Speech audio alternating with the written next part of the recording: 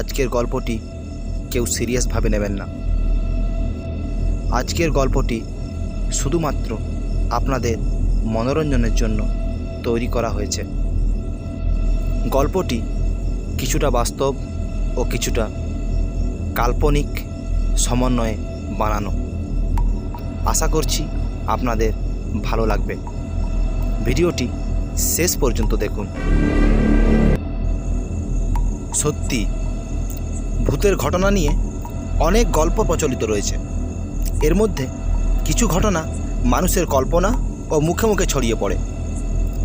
কিছু জনপ্রিয় ভূতের গল্প, যেমন হাওড়ার নিমতলা ঘাটে রাতে অনেকেই অদ্ভুত অনুভূতি বা ভূতের উপস্থিতি টের পেয়েছেন। অনেকে বলেছেন সেখানে অস্বাভাবিক ঘটনাবলী ঘটে। কলকাতার ময়দান এলাকাতেও অনেকেই রাতের বেলা অদ্ভুত ছায়া দেখেছেন বা অদ্ভুত আওয়াজ শুনেছেন। অনেকেই বলেছেন এখানে পুরনো কবরস্থান ছিল এবং এখানে ভূতের উপস্থিতি ছিল। আপনারা হয়তো স্কুলে সিনিয়রদের কাছে অনেকেই শুনেছেন যে প্রত্যেকটা স্কুল, হাসপাতাল, কলেজ সব নাকি কবরস্থান বা শ্মশানের উপর তৈরি। শুধু আপনারাই না, আমিও শুনেছি। তাই আজকে আমি একটি নার্সিং হোস্টেলের ঘটনা আপনাদের শোনাবো। ঘটনাটি আমার এক বান্ধবীর মুখ থেকে আমি শুনেছি। ঘটনাটিকে আমি গল্পে সাজিয়ে আপনাদের সামনে উপস্থিত করছি। ঘটনাটি শুরু করার আগে আমাদের চ্যানেলটি সাবস্ক্রাইব করুন এবং বেল আইকনটি প্রেস করে রাখুন, যাতে পরের ভিডিওগুলো খুব সহজেই আপনার কাছে পৌঁছে যায়।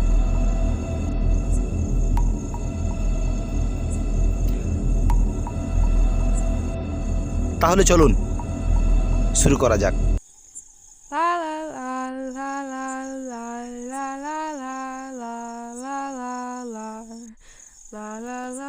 সবে কলেজে ভর্তি হয়েছি, এখনও কলেজের ভেরিফিকেশন হয়নি। অনলাইনে ফি পেমেন্ট করা হয়ে গেছে। বাড়িতেই বসে আছি, ফোন দেখছিলাম। হঠাৎ একগাল হাসি নিয়ে বাবা অনেক আনন্দেই আমার রুমে ঢুকে গেল। ঢুকেই উনি বলতে শুরু করলেন, মারে, তোর ভাগ্যটা সত্যিই খুব ভালো। এই দেখ, ফোনে মেসেজ এসেছে, তোর জিএনএম এ সিলেকশন হয়ে গেছে। জিএনএম হলো নার্সিংয়ের একটা কোর্স। কলেজে ভর্তি হয়ে আমি ওদিকের ব্যাপারটা ভুলেই গেছিলাম। আমি বেশ খুশি হলাম, আনন্দে বললাম, বাহ, তাই নাকি? কই দেখি তো।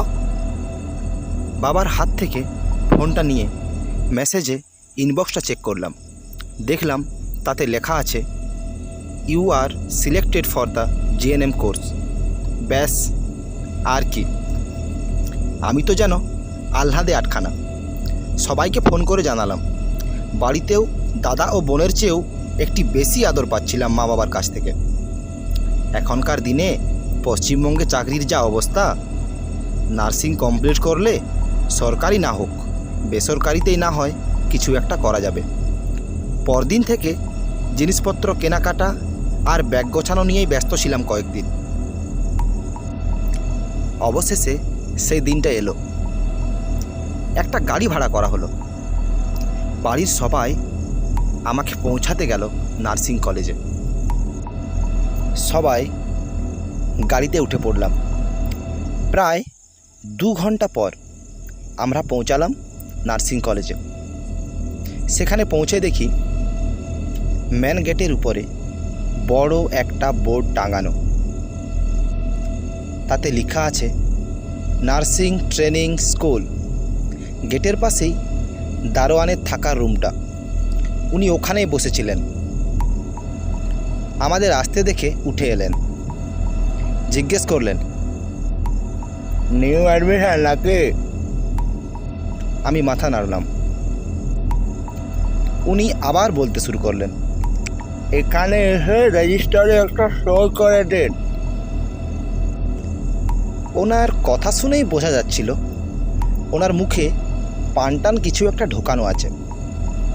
যাই হোক, সেদিকে আরও তো মাথা না ঘামিয়ে আমরা ভিতরে ঢুকে গেলাম। আমার মতোই আরও অনেকেই এসেছে। ভিতরে অনেক বড় বড় গাছ। জায়গাটা বেশ মনোরম। জায়গাটা মনোরম হলেও চারপাশ ভাঙা ঘর দেখে গাটা ছমছম করে উঠল। চারিদিক কেমন যেন শান্ত একটা পরিবেশ। প্রকৃতি যেন আমাকে গ্রাস করে নিল। হঠাৎ একজন ডাকলো, এই সবাই এদিকে এসো, দেখে নাও কার জন্য কোন রুমে জায়গা হয়েছে। ওর শব্দ শুনে আমরা সবাই সেদিকে গেলাম। ওই নার্সিং হস্টেলে দুটো বিল্ডিং আছে। একটার নাম গার্গী বিল্ডিং, অপরটা সিস্টার নিবেদিতা বিল্ডিং। প্রত্যেকটা বিল্ডিং 4 তলা করে। নিচের তলায় সিস্টাররা থাকেন, সেরকমভাবেই সেকেন্ড তলায় 3rd ইয়ার, 3rd তলায় 2nd ইয়ার ও 4 তলায় আমাদের জায়গা মানে 1st ইয়ার। আমার জায়গা হলো গার্গী বিল্ডিংয়ের 2 নম্বর রুমে। 4 তলায় উঠে 2 নম্বর রুমে পৌঁছালাম। বাড়ির লোক জিনিসপত্র গুছিয়ে দিয়ে চলে গেল। আমিও সব কিছু ভুলে নিজের পড়াশোনাতে মন দিলাম। রুমগুলো বেশ ভালো হলেও বাথরুমের অবস্থা মোটেও ভালো নয়।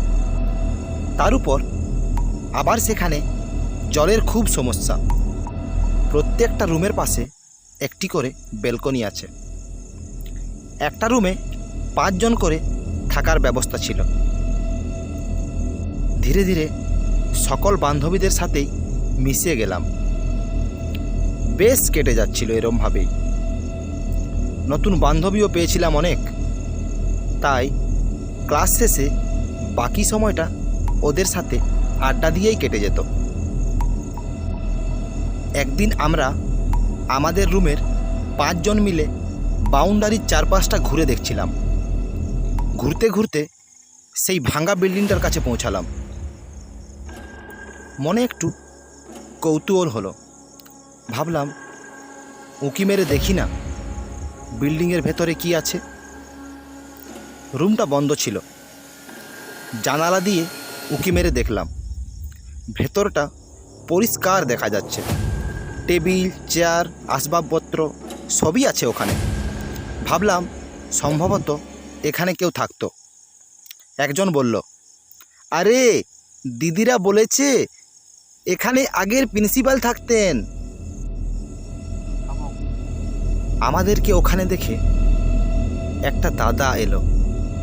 এসে বাংলা হিন্দি মিশিয়ে বলতে শুরু করলো, তোমরা সবাই নয়া আছো, এইখানে ঘুরনা মানা হ্যাঁ, यहाँ से चले जाओ, ना होले हम मैडम को बोल देगा। আমরা বললাম, না না, তার আর দরকার নেই, আমরা চলে যাচ্ছি। বারবার কেন জানি না আমার মনে হচ্ছিল এখানে কিছু একটা রহস্য লুকিয়ে আছে। সেদিন রাত্রে গল্প করছিলাম সবাই মিলে একটা বিছানার উপর বসেই। হঠাৎ মনে হলো বাথরুমের কলটা থেকে যেন জল পড়ছে।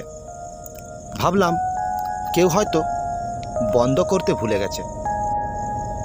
আমি গিয়ে বন্ধ করে দিয়ে এলাম। আবার কিছুক্ষণ পর সেই একই শব্দ। বিরক্তি হয়ে বললাম, কে রে, সব সময় কলটা খুলে রেখে চলে আসছিস, বন্ধ করে দিয়ে আসতে পারিস না? ওরা সবাই বলে উঠল, কই, আমরা তো কেউ বাথরুমেই যাইনি। মনে মনে ভাবলাম, দোষ সবাই করে, দোষ স্বীকার কেউ করবে না। আমি বাথরুমে গিয়ে কলটা বন্ধ করে দিয়ে বাথরুমের বাইরে বেরিয়ে এসেই থমকে গেলাম। বাথরুমের কলটা যেন আবার কেউ খুলল। বুঝতে পারছিলাম না কি হচ্ছে, কিন্তু অজানা একটা ভয় আমাকে ঘিরে ধরল। মনে সাহস জাগিয়ে নিজের রুমে চলে এলাম। এসে সবাইকে ঘটনাটা বললাম। সেদিনের পর থেকে আমরা প্রায়ই টের পেতাম বাথরুমের কল যেন আপনা আপনিই খুলে যায়, আবার আপনা আপনিই বন্ধ হয়ে যায়। এরকম মাঝে মধ্যে চলতেই থাকে। মনে মনে নিজেকে সান্ত্বনা দিই, ভয়ের কোনো কারণ নেই, সবাই আছে তো। এভাবে দিনগুলো কেটে যাচ্ছিল। ক্রমশ পরীক্ষার দিন কাছে চলে এলো। সবাই পড়তে ব্যস্ত। রাত্রি তখন 10টা হবে হয়তো। হঠাৎ একটা শব্দ সবার কানে এলো। কে যেন দরজায় জোরে জোরে ধাক্কা দিচ্ছে। ভালো করে সবাই ধ্যান দিয়ে শুনলাম। না, শব্দটা তো এই বিল্ডিংয়ের না, এটা তো সিস্টার নিবেদিতা বিল্ডিং থেকেই আসছে মনে হয়। অত দূর থেকে শব্দটা আমাদের কানে পৌঁছাচ্ছে, তার মানে বেশ জোরে জোরেই কেউ ধাক্কা দিচ্ছে। প্রায় আধ ঘন্টা পর শব্দটা হঠাৎ থেমে গেল। চারিদিকটা অন্ধকারের মধ্যে কেমন যেন নিশ্চুপ এবং স্তব্ধ হয়ে গেল। শব্দটা কিসের, আর কোথা থেকেই বা শব্দটা আসছে?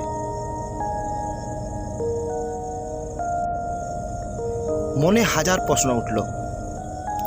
সে রাত্রে আর পড়া হলো না, ঘুমিয়ে পড়লাম খুব তাড়াতাড়ি। রাত্রিবেলা হঠাৎ কে যেন আমার মাথাটা স্পর্শ করলো। সেই স্পর্শে ঘুমটা আমার ভেঙে গেল। লাইট নেভানো, আর মশায় যা জ্বালাচ্ছে। অনেকক্ষণ এপাশ ওপাশ করলাম, ঘুম কোনো মতেই আর আসছে না। হঠাৎ একটা কান্নার আওয়াজ কানে এলো। কে যেন যন্ত্রণায় ছটফট করছে ও কাঁদছে। কিছুক্ষণ আওয়াজটা জোরে জোরে শোনা যাচ্ছিল, যেন আমার ধারে কাছেই। তারপর ধীরে ধীরে আমার কাছ থেকে দূরে সরে যেতে যেতে উধাও হয়ে গেল। এসব ঘটনার পর বেশ কয়েকদিন কেটে গেল। একদিন প্র্যাকটিক্যাল রুমে গিয়ে দেখলাম ডেমিগুলো পরপর সাজানো আছে, গুছিয়ে আর কেউ রেখে দেয়নি। যে যার প্র্যাকটিক্যাল করেছে এমনভাবে সাজিয়ে রেখেছে যেন সারি সারি অনেকগুলো পুতুল রাখা আছে। ডেমি মানে এক প্রকারের পুতুল, যেগুলো নার্সিং কলেজে প্র্যাকটিসের জন্য কাজে লাগানো হয়। আমি নিজের রুমে চলে এলাম। রুমে এসেই হঠাৎ আমার খেয়াল হলো, এ মা, প্র্যাকটিক্যাল খাতাটা তো আমি প্র্যাকটিক্যাল ল্যাবেই ভুলে এসেছি। তাই ভাবলাম যাই, গিয়ে নিয়ে আসি। সেখানে পৌঁছালাম, একটা ডেমি নিচে পড়ে গেছে। কি বিভৎস লাগছিল তাকে দেখতে। সে যেন আমার দিকেই চেয়ে আছে। আমি অনেক ভয় পেয়ে গেলাম।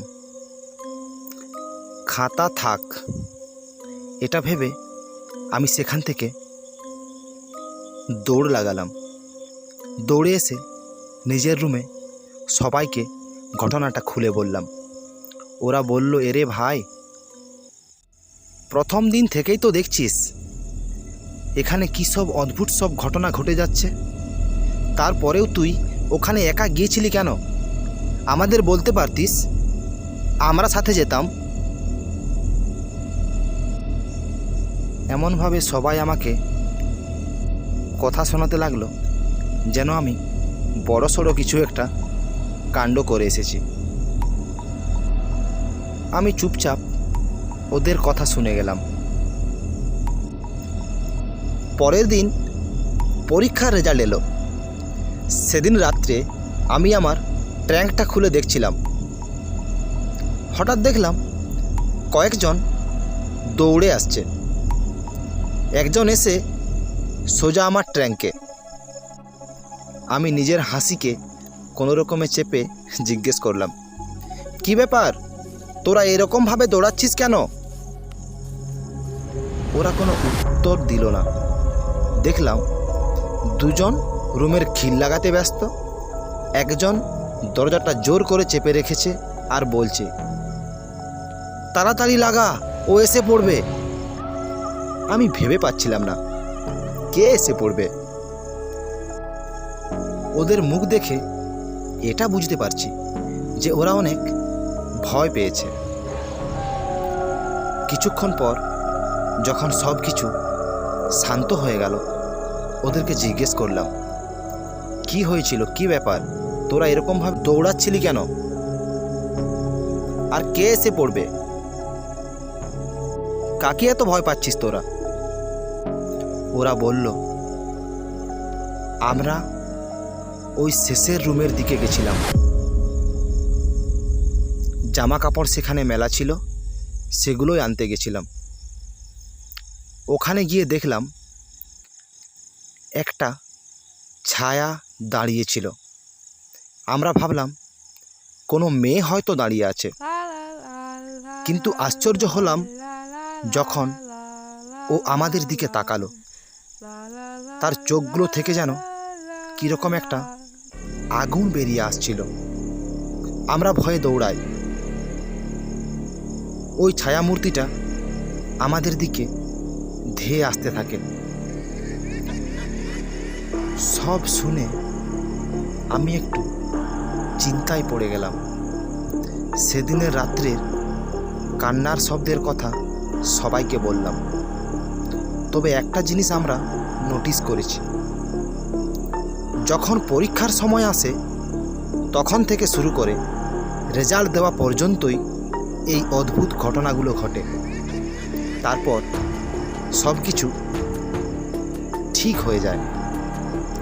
কেন এরকম হচ্ছে তা জানার জন্য সেই ভাঙা ঘরের কাছে যে দাদাটা থাকে ওনার কাছে গেলাম। ওনাকে জিজ্ঞেস করলাম, দাদা, এখানের কি কিছু ঘটনা আছে? উনি বলতে চাইলেন না। আমরা অনেক রিকোয়েস্ট করলাম। এতবার রিকোয়েস্ট করার পর উনি বললেন, আপনারা রিকোয়েস্ট করছেন তাই বলছি, কিসি কো বাতানা নেই কি আমি তোমাদেরকে বলেছি। শুনেন দিদি, তাহলে এইখানে ওই निवेदिता बिल्डिंग का 3 नंबर रूम में एगो लड़की रहती थी। परीक्षा रिजल्ट खराब हो गल तो मैडमरा ओके अनेक कथा सुना दिया और वो लड़की अपने आप को फांसीते झुलाए मरे दिलो। बस हमको एतटुकुई मालूम आछे। ওর কথাটা শোনার পর সবাই একে অপরের মুখের দিকে চেয়েছিলাম কিছুক্ষণ। সবাই যেন একই জিনিস নিয়েই ভাবছে। তাহলে কি সেই মেয়েটাই রাত্রে কান্নাকাটি করে? সেই মেয়েটাই কি যন্ত্রণায় ছটপট করে? তাহলে কি সেই মেয়েটির আত্মা আমাদেরকে কিছু বলার চেষ্টা করছে? সবচেয়ে আশ্চর্যের বিষয় হলো এই যে মেয়েটি আজ পর্যন্ত কারো কোনো ক্ষতি করেনি। 3 বছর পের হয়ে গেল জিএনএম পাস করে বাড়ি চলে এলাম। এখনো ভাবলে গাটা শিউরে ওঠে সেই নার্সিং হোস্টেলের ঘটনা। La la la la la la la la la la la la la. আজকের ঘটনাটি এখানেই শেষ করছি। পরের ভিডিওতে আবার দেখা হবে নিত্য নতুন সত্য ঘটনা নিয়ে। ধন্যবাদ।